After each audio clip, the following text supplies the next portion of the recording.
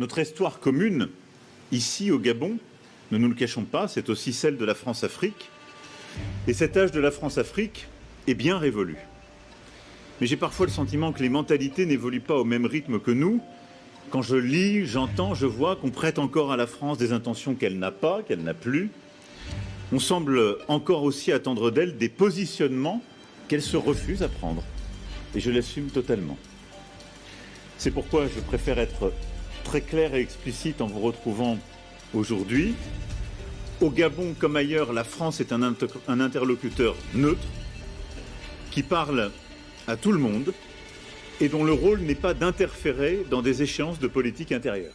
Souvenez-vous, en mars dernier, Emmanuel Macron avait prononcé un discours à Libreville dans lequel il annonçait la fin de la France-Afrique. Pour lui, c'était révolu et la France était désormais devenue un interlocuteur neutre sur le continent, se refusant à toute ingérence. Mais vous chassez le naturel et il revient au galop. Nous sommes en août 2023 et les choses sont même plutôt en train de se corser pour la France en Afrique. La très grande majorité des pays africains qui sont sous le joug de la France sont toujours extrêmement pauvres. Le Tchad, le Togo, le Burkina Faso, le Niger, pour ne citer que ceux-là, vivent dans une pauvreté extraordinairement abyssale. Alors évidemment, la pauvreté endémique dans ces pays n'est pas que la faute intégrale de la France.